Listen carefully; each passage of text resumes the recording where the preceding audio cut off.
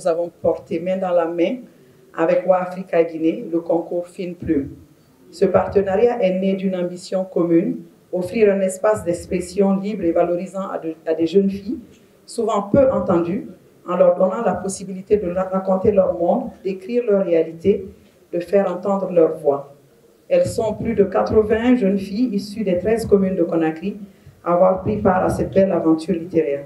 À travers leurs nouvelles, elles ont abordé des sujets, à savoir les violences basées sur le genre, la condition féminine, les rêves d'émancipation, l'injustice, mais aussi la résilience, l'amour, l'amitié et l'avenir. Leur plume est fine, mais leur message est puissant. À travers ce concours, ces jeunes filles n'ont pas seulement écrit, elles ont aussi affirmé leur droit à exister, à ressentir, à dénoncer et à espérer. Elles ont fait de l'écriture un outil de vérité, de courage et de transformation. Cette année, le thème des 72 heures du livre est la puissance féminine. Et ces jeunes filles en sont l'illustration parfaite. Elles nous montrent que la puissance ne réside pas seulement dans l'action, mais aussi dans le verbe, le récit et la capacité à mettre les mots sur le réel. Notre ambition est claire, voir davantage de femmes et de jeunes filles prendre la parole, tenir la plume, se raconter et se projeter. Car l'écriture est un acte de résistance, mais aussi un chemin vers la liberté et l'émancipation. Je tiens à saluer très sincèrement le travail exceptionnel de l'équipe de WAAFRICA Guinée, ainsi que celui des formateurs et des encadreurs pédagogiques qui ont accompagné les participantes avec bienveillance et rigueur.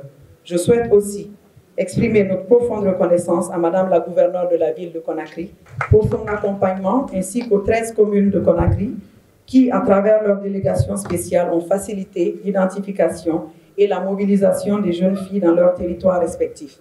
Je tiens également à remercier les ministères en charge de la culture, du tourisme, de l'artisanat et de la promotion féminine de l'enfance et des personnes vulnérables pour leur implication remarquable, leur soutien constant et leur présence à nos côtés.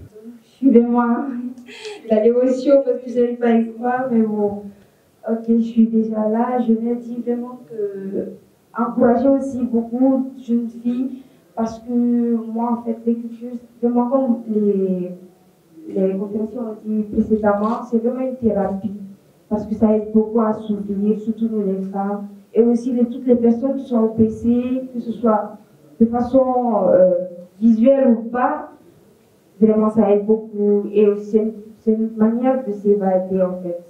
Ça aide beaucoup et la lecture aussi, ça aide à nous cultiver, à se démarquer comme, par exemple, aujourd'hui, comme je l'ai fait, c'est énorme. Et je demande aussi, j'encourage beaucoup toutes ces organisations qui aident les jeunes femmes et les jeunes filles, surtout en Guinée, pour la prospérité de la Guinée, bien sûr, et pour la femme aussi, ça aide beaucoup, parce que les femmes ont été longuement martyrisées, voire même opprimées, supprimées des sociétés, et ça nous fait oublier. Merci beaucoup à tous. Oui, c'est merveilleux. Ça va pousser d'autres jeunes filles à lire et écrire. Parce que moi, je dis écrire, mais il faut lire ce que les autres ont écrit. Ça vous fait rêver, ça vous fait connaître d'autres choses.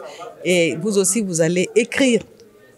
Je pense que ceci va aider plusieurs autres jeunes filles dans beaucoup de lycées et des parents d'élèves aussi qui vont pousser leurs enfants à écrire afin qu'elles puissent devenir comme notre petite Beau Mariam qui aujourd'hui a plus de 1 million de vues à travers le monde.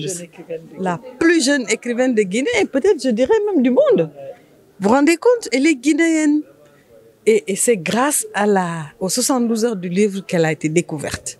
Donc, parents, nous avons une opportunité de lancer nos enfants dans l'une des plus belles choses du monde, c'est la lecture et l'apprentissage de l'écriture. Je suis là en tant qu'autrice et à Tanti qui m'a appelée, Tanti Anne, pour venir et dit ce serait intéressant que tu partages ton expérience sur ta transition de l'activisme vers l'écriture.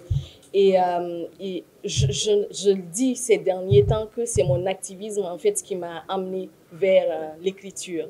Le fait de questionner mon environnement, le fait de systématiquement remettre en cause ce qu'on nous dit le plus souvent. Le fait de vouloir déconstruire ce qu'on nous a toujours enseigné m'a amené vers l'écriture. Et je pense que c'est vraiment le meilleur moyen de transmettre, de déconstruire, d'informer et surtout d'amener à la recherche, à la quête de soi, à la recherche de la bonne information, à la construction de la société que nous souhaitons avoir. Parce qu'au final, c'est ça. Les gens racontent ce qu'ils ont envie de raconter. Et toi, et moi, qu'est-ce qu'on a envie de transmettre? Qu'est-ce qu'on a réellement envie de construire? Qu'est-ce qu'on a envie de laisser comme héritage? Et je pense que quand on parvient à chercher cela, on peut se mettre à l'écriture.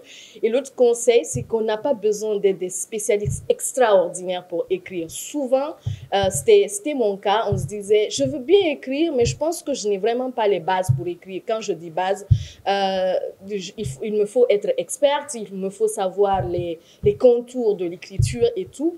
Mais ce que j'aimerais bien vous dire, c'est que écrivez. Écrivez, déjà construisez ce sur quoi vous avez envie d'écrire. Cherchez des sujets qui vous intéressent le mieux.